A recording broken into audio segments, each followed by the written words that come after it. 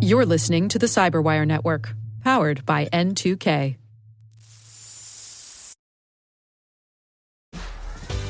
This episode is brought to you by LinkedIn. Psst, healthcare pros, word's out, and it's too good to keep quiet. Look, LinkedIn is revolutionizing job hunting, making it possible to search by specialty, shift preference, and salary. Endless scrolling is out. Whether it's a mental health therapist or dental hygienist, finding the perfect role is faster and easier than ever. Head to linkedin.com/healthcare and start your search today.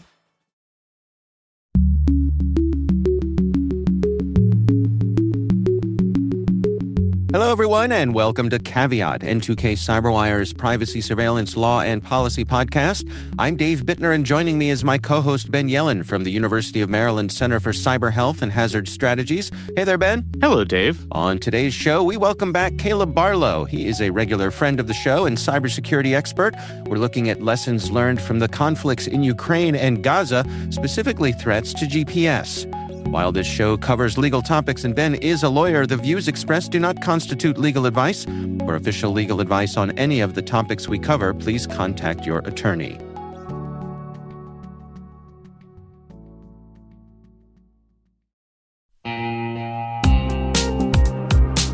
Ever wished you could rebuild your network from scratch to make it more secure, scalable, and simple? Meet Meter, the company reimagining enterprise networking from the ground up. Meter builds full-stack, zero-trust networks, including hardware, firmware, and software, all designed to work seamlessly together. The result? Fast, reliable, and secure connectivity without the constant patching, vendor juggling, or hidden costs. From wired and wireless to routing, switching, firewalls, DNS security, and VPN, every layer is integrated and continuously protected in one unified platform. And since it's delivered as one predictable monthly service, you skip the heavy capital costs and endless upgrade cycles. Meter even buys back your old infrastructure to make switching effortless. Transform complexity into simplicity and give your team time to focus on what really matters, helping your business and customers thrive. Learn more and book your demo at meter.com/cyberwire. That's meter.com/cyberwire.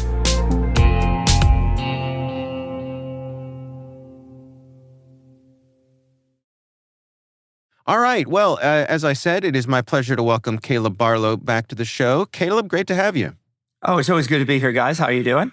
Doing well, thanks. Doing well. So let's jump right in here. Can you give us a little bit of a high-level thesis here of what has generated your concerns with our topic for today, Caleb?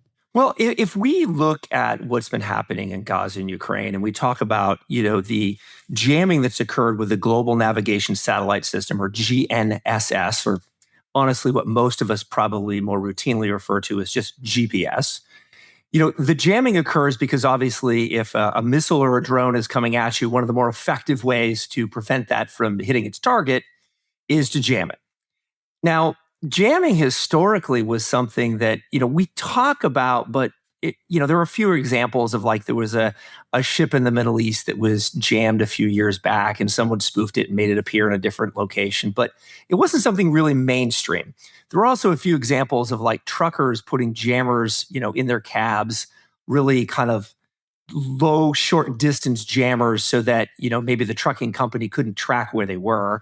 And of course, they'd drive by an airport and cause all kinds of problems. But I mean, these are true stories, right? But these things were pretty limited in their scope. Now, here's the backdrop here. And this, like all things, that we don't understand, I think the legal framework on this in the United States was just don't allow it. In fact, it is illegal to even own a jammer, let alone to use it, which is very different than most other things we think about. But the second thing is we're going to need to experiment with this, not only to protect ourselves, in future conflicts, but also we've got to realize that GPS timing is used for things like stock trades, synchronizing the energy grid, cryptocurrency trading. There's a parade of horribles that can occur if, as dependent as we are on this GPS timing signal. Because remember, this is not just used for where am I? It's also used for exactly what time is it. I think that's relevant in sports gambling as well, by the way. Just have to throw that in there. Probably is. Yeah. Really? Because, it's very important. Sometimes the TV broadcast is 2 or 3 seconds behind, which can give people an advantage in sports gambling if you're guessing what the next play is. So I'm sure that plays a role. Yeah.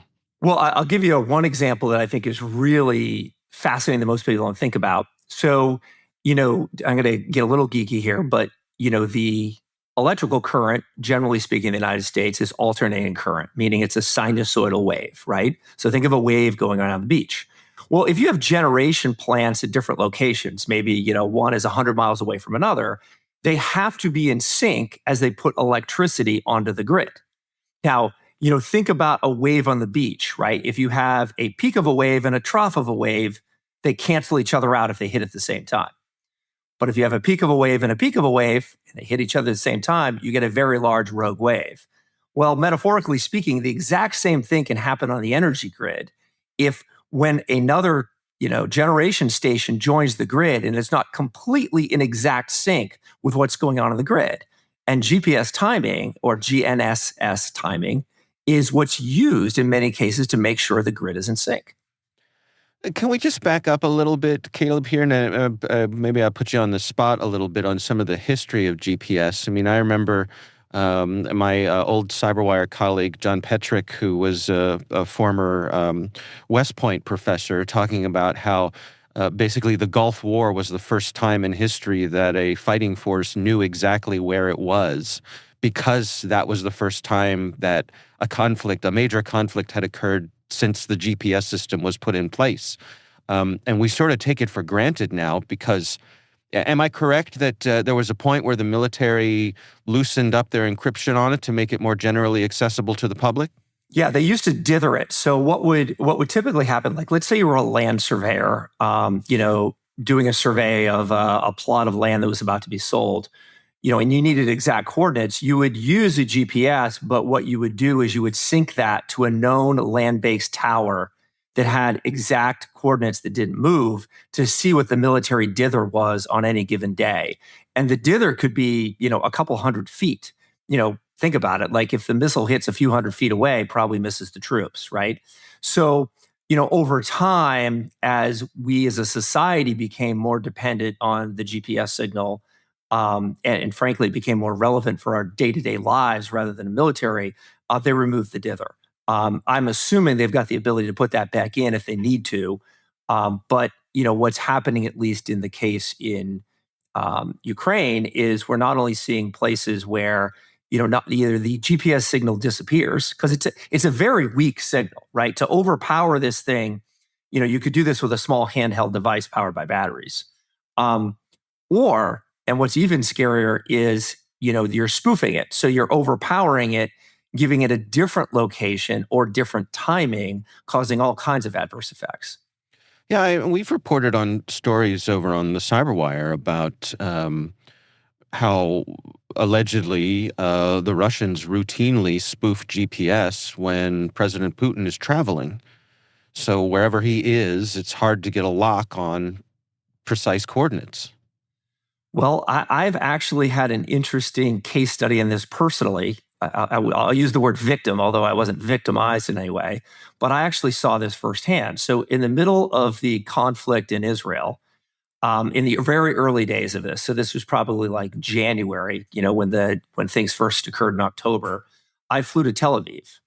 And I had an AirTag in my bag. And anyone that's ever been in the Tel Aviv airport knows, you land, you go through multiple layers of security, and then you stand around sometimes for an hour waiting for your bag.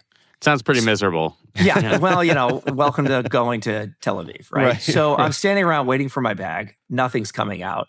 Finally, you see everybody's bags come out. Mine's not there. And I'm like, oh, great. Here we go. And I'm like, oh, wait, I've got an AirTag in there. So I pull out the AirTag and I see it. And it's at an airport and it's clearly moving down the tarmac. I'm like, oh, okay, I'm fine. And then I realize it's at the Beirut airport. Oh my God. Oh, no. And I'm like, oh crap, I'm never going to see that bag again. So I go over to, the desk, where Delta Airlines has its little desk. with the baggage guy. And I'm like, hey, my bag's gone. He's like, how do you know that? I'm like, look. And he laughs at me. He goes, that'll be out in 30 seconds. I'm like, what? He goes, yeah, we spoof it. And sure enough, out pops my bag. Now, to do that is pretty sophisticated because, this is an Apple service that's dependent on not just GPS, but other things. Later that same week, we're driving to the office and we happen to pass what I think was an Israeli military complex. And all of a sudden, I'm looking at the map in my friend's car that's driving, and the map shows that we're driving through Egypt. I'm like, we're not in Egypt right now. But literally, it's tracking light along like we're driving down a highway in Egypt. So my point is, this is no longer the story of alleged rare occurrences. This was occurring regularly during these conflicts. I have witnessed it in person with a presidential motorcade. Where because you live in the DC area, right? Yeah. Where the long line of black Suburbans with so many antennas on the roof, they look like a porcupine, comes by. And so, what does that do to your device? How does that impact you? They basically go dead. Yeah. Like your radio, your internet, if you're on a phone call when they go by, it just gets dropped. Everything just goes dark, including GPS, because they're creating this bubble around the person they're protecting, which you can understand, and I guess is justifiable in this case. But kind of to your point, Caleb, I'd hate to be on final approach at National Airport. All of a sudden, No, exactly. Yeah, right. Exactly. Or even something more benign, you drive by a power substation that for some reason is in the middle of sinking to the grid. The implications are huge. Now, it's really easy to talk about the negative side of this, right? But there are two offensive reasons why we really need to understand more about GPS jamming and how to use it. One is obviously in wartime, this can be an important tool. But the second thing in peacetime is drones. And I'm more talking about nuisance drones, not like the ones that are run by fiber optic and things like that don't have any RF. But, let's say we've got a stadium full of people or a large event where, we don't really want drones flying over the top of it. And those may even be, just nuisance drones. 14-year-old got a drone for Christmas and decide to fly it over an NFL stadium during a game. This is happening routinely. You need a way to bring that drone to the ground. Now, right now, the state of the art is to monitor it, and there's pretty sophisticated tools to figure out where the drone operator is. Use kind of directional antennas and figure out where that signal is coming from, or to intercept the signal and figure out where it's coming from. But let's say that drone is carrying a payload. Or let's say it's a swarm of drones. We're not far away from this issue. It certainly occurred in Ukraine and Gaza. How are we going to get those drones on the ground safely? And one of the more effective tools, again, if it is more of a kind of a nuisance commercial drone, is to jam it and bring it to the ground. Yeah, I've seen, I guess, I don't know, not so much demonstrations, but advertisements of that capability where you see people with what looks like the antenna version of a bazooka that you can aim at the drone, and it just falls out of the sky. Well, my understanding is it just overwhelms the electronics in the device, right, and it gives up and falls to the ground. Well, what it typically does is it goes back to its operator, which is exactly, if you're law enforcement, that's exactly what you want to have happen. Right. Is, go back to where you started from and let's figure out where that operator is. Mm-hmm. Now, look, there are hundreds of ways to defeat GPS jamming. There's also people that are using various types of, EMF devices to actually kind of blow up the electronics and these things. But anything that involves drones, whether you jam it, whether you shoot it down, whether you catch it in a net, there are bad consequences that can occur because these things can fall out of the sky. My point, though, is we better start experimenting with this and figuring out what works, what techniques work for different types of attacks, because the current state of the art is you can't even own one of these jammers. You can't even basically do research on this stuff. And that's really problematic in my view in the long run. Well, don't you assume that the powers that be have these capabilities, that the military and perhaps even law enforcement Oh, of course are they do. authorized? Yeah. Sure, of course. But if you look at where is the innovation occurring, it's largely occurring outside the United States. So if there was some sort of safe harbor provision in the private sector where whatever legal punishment there is for owning one of these devices, and I don't know, do you know what it is? I mean, I assume I have no idea what it is, but I'm assuming it's probably pretty bad. yeah, I would have to guess so. Like, what if there is an exception in the statute for a sandbox or some type of research tool to use this for research purposes, and that's a carve out from the general ban? Like, is that something that you think would solve this problem, or is that a slippery slope because adversaries could say, "Oh, we were just using it for research purposes"? I think the answer to your question is yes on both accounts, right? Which is what, I mean, this is, you usually come to one of these shows and you want to have the answers. I don't think I've got the answers on this one. I just think we better start experimenting. Because, the other thing we've got to deal with here is like, there's real here's the other side of this, right? GPS jamming occurred in two major conflicts in the world very recently. The odds of GPS jamming devices, which could affect timing, showing up in lower Manhattan over the next 10 years are 100%.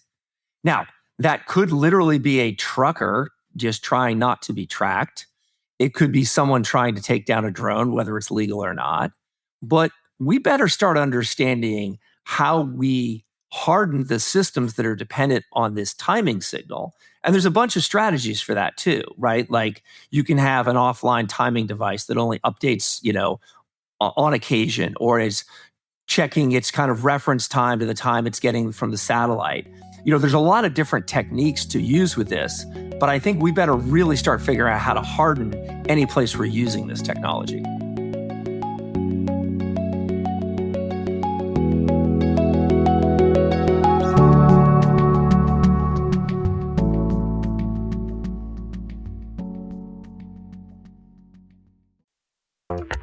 This is Jason Momoa, and I'll be your finance professor today. Welcome to Banking Smarter 101 with Chime. Bam! First lesson, sign up for Chime and set up direct deposit. You'll be joining millions of members banking fee-free. Second lesson, get cash back on eligible purchases while building credit and a higher APY on your savings.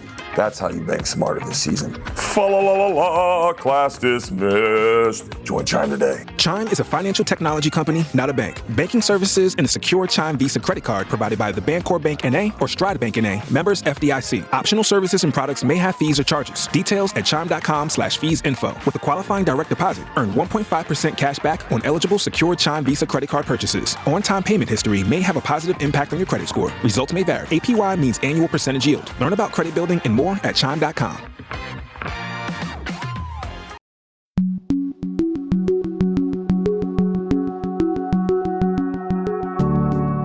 Now, it's my understanding that the U.S.'s version of GPS is not the only game in town, that the Russians have their own version, which is available for use. I think you can set your iPhone to look at that one. And not only is it available, I use it. It works, because here's the thing. The more satellites you have on your device, the more accurate your GPS location is. So, I'm a big mariner. I'm always out fishing and boating. And, I turn on the Russian satellites as well, because it just, if I have, if I'm pulling a location off of 3 satellites, that's going to be okay. If I'm pulling a location off of 10 satellites, that's going to be a fantastic, in terms of me knowing exactly where I am. Are there, to your knowledge, like alternative systems that, aren't orbital? Right. Well, I think this is what people are really starting to think and talk about, particularly around syncing, let's say, the energy grid, cell phone towers, or high frequency trading, is maybe I'm still using the satellite as my reference point, but maybe I have a backup and some means of detecting that signal is being spoofed or has become unavailable. You mentioned that we've seen active use of this in the conflicts in both Ukraine and Gaza. Do you have any specific stories to share about the use over there? Well, I think first of all, I think what we have to recognize in Gaza and Ukraine is these were the conflicts, the big story coming out of these conflicts, aside from all the carnage and everything else, is the use of drones. And in this case, we're not talking about, Predator drones that are flying at 30,000 feet. We're talking about handheld drones that are maybe carrying a 5-kilogram payload.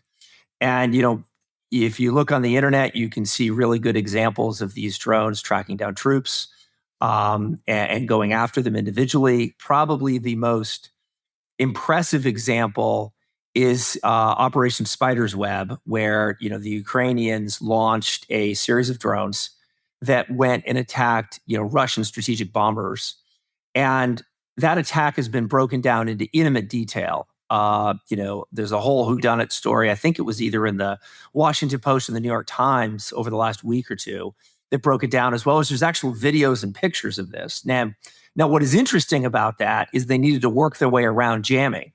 And, what they did in this case was at various points in the attack, the drone was autonomous, and at other points it was operated by an operator, but they knew that the radio frequencies they were on would be jammed. So they switched over to 5G cellular and actually flew them in allegedly using 5G cellular. So, that story is a really interesting read because it's a story not only of the jamming techniques in place around these Russian bombers, but also the methodologies the Ukrainians use to get around it. So I think it's fair to say that this is a part of warfare that's here to stay. Oh, I think it's absolutely a part of warfare that's here to stay. But we, again, have to recognize that, if we look at attacks that have occurred on the homeland historically in more of a commercial or civilian setting, the biggest issue was always either the access to the supply chain or the lack of imagination. In this case, we don't need the lack of imagination or the supply chain. You can order all the parts you need on Amazon or 3D print them. And, all the instruction and intimate detail of what's worked is available online. So I could deploy my own anti-jam antenna tomorrow. Oh, absolutely. Yeah. Now, it would be highly illegal in the United States. I'm not but doing you could totally that do it. for any law enforcement who might be listening to this. Well, no, but here's the thing, Ben. You could not only develop your own jammer, you could just as effectively develop your own drone and attach a really sophisticated payload to it. Which could be used to drop an incendiary device, or maybe your drone is used to fly on the top of a trading floor and slowly over time spoof the timing signal.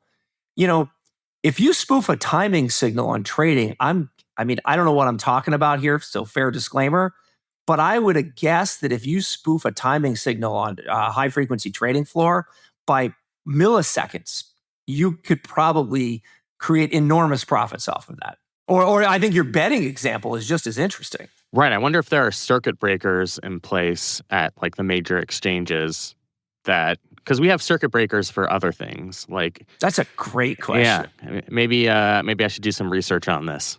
Yeah. I'd never considered the sports betting aspect of it. Something that in the old pre-digital days of broadcasting, it was just about real time for a signal to get to you, even from a live sporting event. But in today's digital world, there's so many hops that signal takes that, as you say, it can be seconds, even up to a minute between the live event and when it reaches you.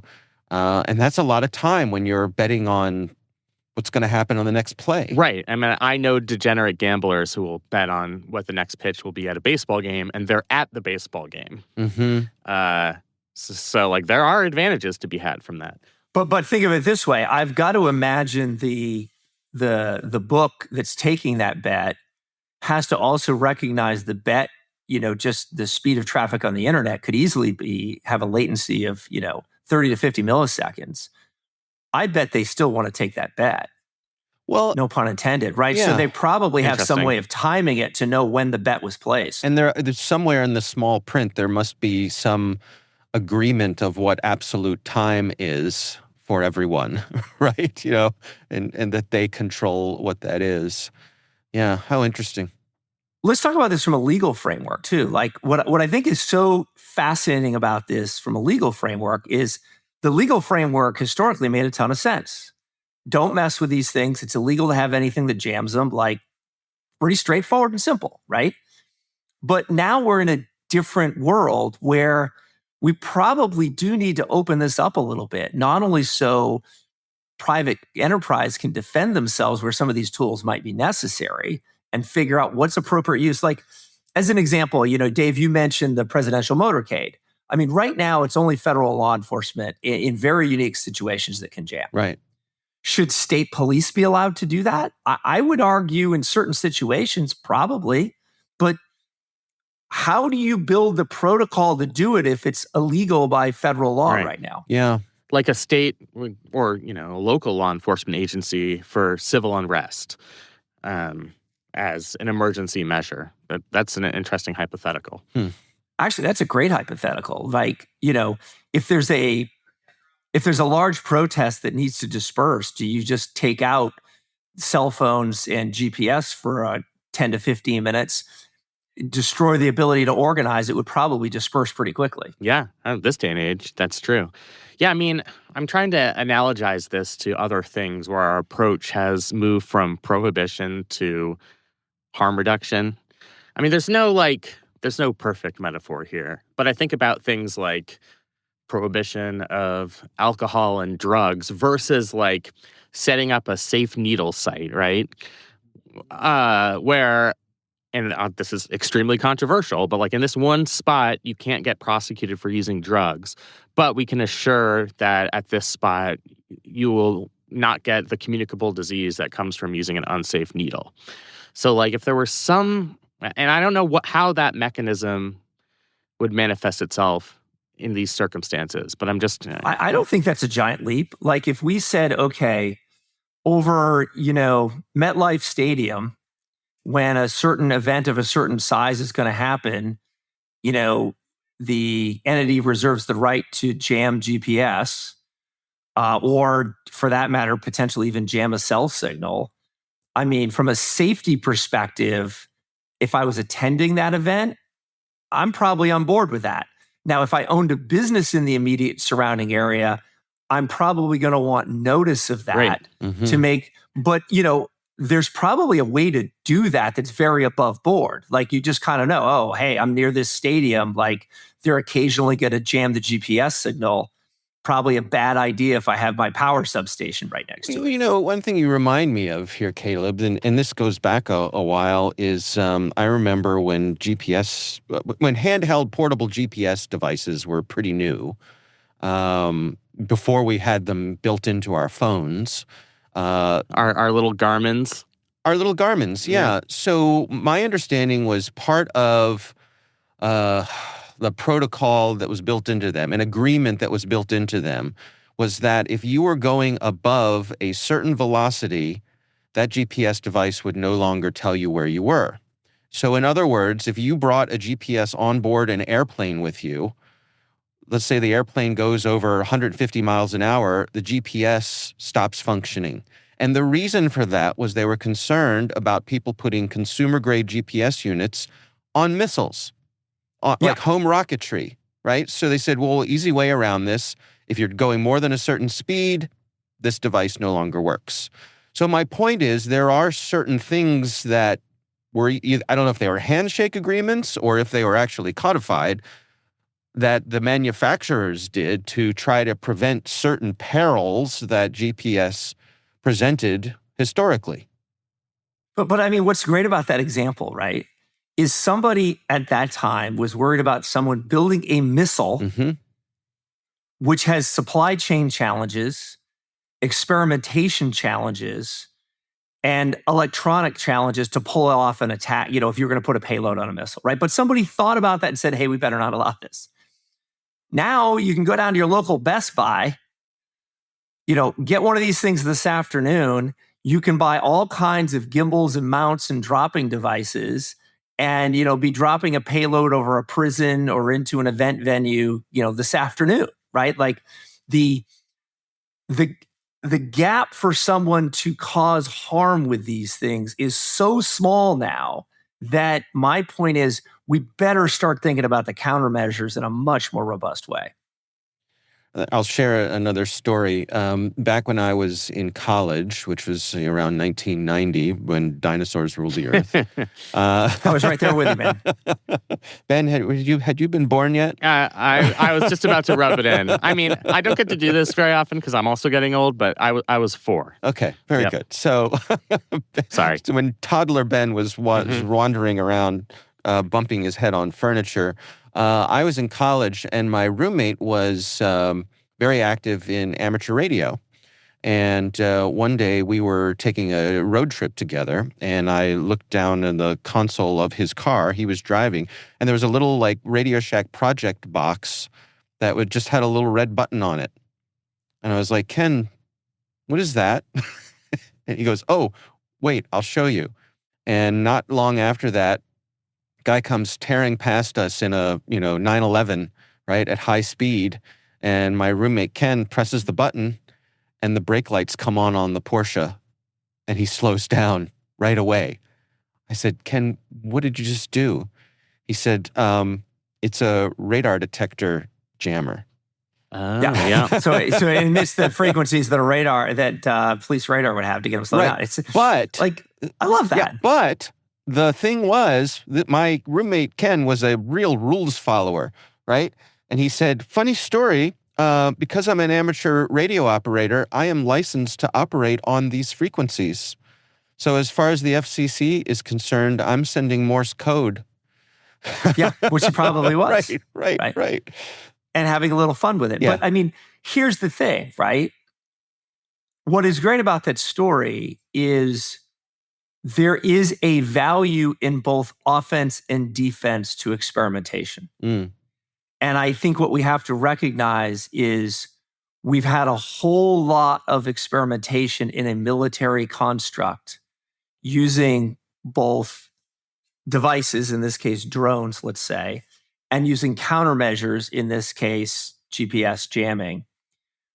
We better get that same level of experimentation going in the private sector pretty quickly, or the only experimentation that's going to be occurring is on offense. And I think that's really a bad idea. Let me push back a little bit and ask, how do we make sure that we are properly calibrating our concerns here? That I could say, well, Caleb, airplanes aren't falling out of the sky, right? How do we be sure? Well, but how do we be sure that we're not being chicken little, and that the folks who are tasked with protecting us from these sorts of things are on the case and we're in good hands? Well, I mean, I think the difference in this case is we're not talking about like security research where, anybody can do it in their basement with a computer, right? We're talking about environments where you probably need a lab. You probably want to be doing this type of jamming and other experimentation behind a Gaussian shield, which is basically just a big piece of wire mesh to prevent your RF signal from leaking out. I think this is the perfect place for university research, right? Where they've got these types of facilities. They're going to document everything very ethically. They're going to follow all types of guidelines. Like, I do think there are plenty of places we could be doing this type of research in the United States. The challenge right now is the only place you're going to see this thing is abroad. Obviously, a ton of research coming out on these technologies coming out of Israel. There's a few companies in the UK. UK is a little different. You can own the device. You just can't use it in the UK. You can actually even buy the device in the UK. You just can't use it. Just have it for display purposes in your house. I guess so. Yeah. That's interesting because I just side note, I too am a licensed amateur radio operator, and learn something new every day. Mr. Bittner. One of the differences is that folks in the UK are not allowed to listen to every available frequency like we are here in the US. Yeah, like if there's a band that is reserved for military use, you can get in trouble for just tuning it in, where here in the US, the airwaves are considered open game for listening. Okay, but to your point, you can go out on Amazon right now, whether you're an amateur radio operator or not, and you can buy a transceiver, so transmit and receive, that'll broadcast across the spectrum. Yes. Now, it is completely illegal if you do not have a license to be broadcasting on most of those frequencies, but you can buy the device. you cannot do the same thing. What's the difference between that radio and a GPS jammer? Nothing. Right. But the GPS jammer is illegal to own. Yeah. No, I'll also point out that Amazon is not known for being particularly strict when it comes to policing the devices that they make available on their marketplace. So it's not terribly difficult to get the things you need. Let's look at it a different way. As an amateur radio operator, if you wanted to tune into a police frequency, transmit, and cause problems, you could do that all day long. It'd take you 2 seconds to do Correct. it, right? Yeah, sure. That hasn't been a problem over the last 50 years. Right? It really has not been a problem. So I think a little bit of this is probably a recalibration of how big of an issue is this to be experimenting, particularly in isolated areas, under controlled conditions, and do we need to rethink it? Well, let me close with another story that I think is very relevant. And forgive our listeners if I've told this story before. Again, when I was in college, and my roommate was an amateur radio operator, and I was a student at the University of Maryland, where one of the nation's oldest private airports is located. It's a little airstrip for Cessnas and those sorts of things. This airport does not have a tower, but it does have remotely triggered lights for the landing field. So for a pilot, if you're coming in at night, you basically key up on a certain frequency, and that'll toggle the landing strip lights on, and you can key up on that frequency, and then they will switch off. My roommate and his buddies in the ham radio club on campus got a request from some of their contacts at the FCC that some yahoo was waiting near the airport as people were coming in on final approach at night. And as the plane was coming in, this person would key up on the frequency and turn off the runway lights. That was a gag in the movie Airplane. You know that, right? Right. Yeah. Right, exactly. But this was somebody who was doing it just because, he was a jerk and thought it was funny. Yeah. So what the ham radio club folks did was they organized what they call a fox hunt, which is where they go out with directional antennas and they wait for this to happen and they triangulate where this person is, and they got him.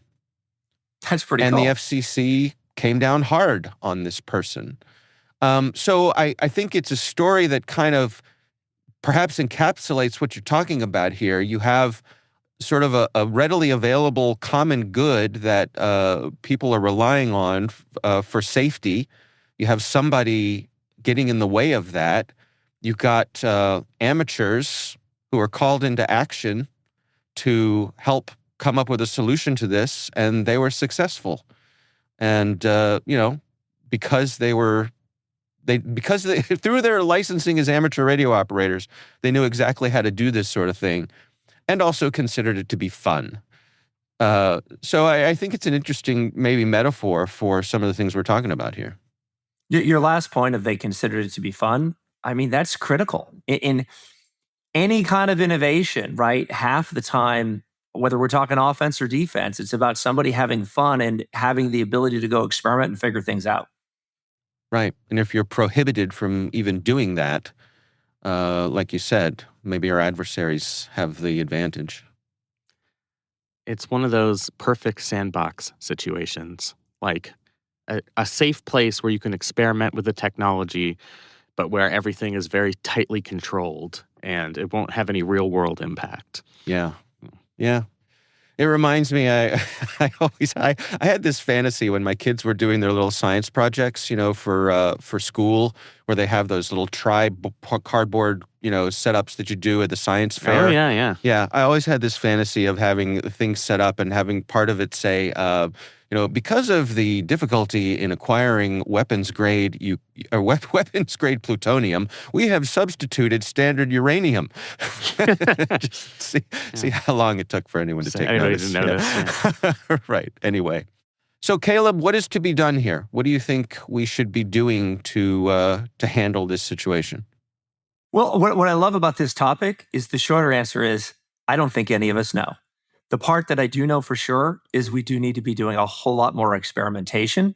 And that experimentation could be better offense in the private sector, better defense in the private sector, or it could be just experimentation leads to new technologies that are more robust and more secure down the road. Caleb Barlow is a regular friend of our show here and a cybersecurity expert. Caleb, thanks so much for joining us.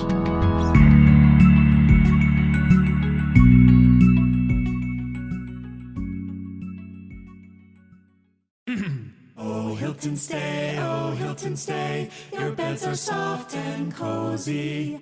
No lumpy couch, no stiff futon, no shower line at crack of dawn. Oh, Hilton stay, a holiday you're saving. When you want holiday comfort you can count on, it matters where you stay. This season, enjoy spacious, comfortable rooms and friendly service when you book with Hilton instead. Hilton for the stay.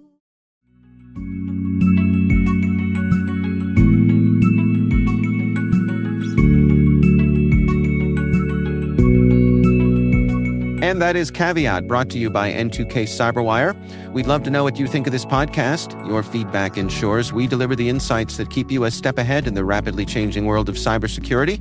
If you like our show, please share a rating and review in your favorite podcast app. Please also fill out the survey in the show notes or send an email to caveat@n2k.com.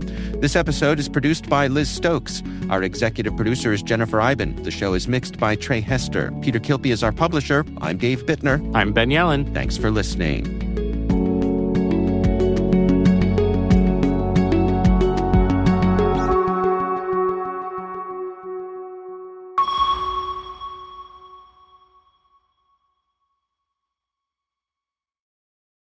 This episode is brought to you by Marqeta. When it comes to your payments provider, you can't afford to compromise. Marqeta's modern payment solutions flex with your business without the trade-offs. Stable and agile, secure and innovative, scalable and configurable.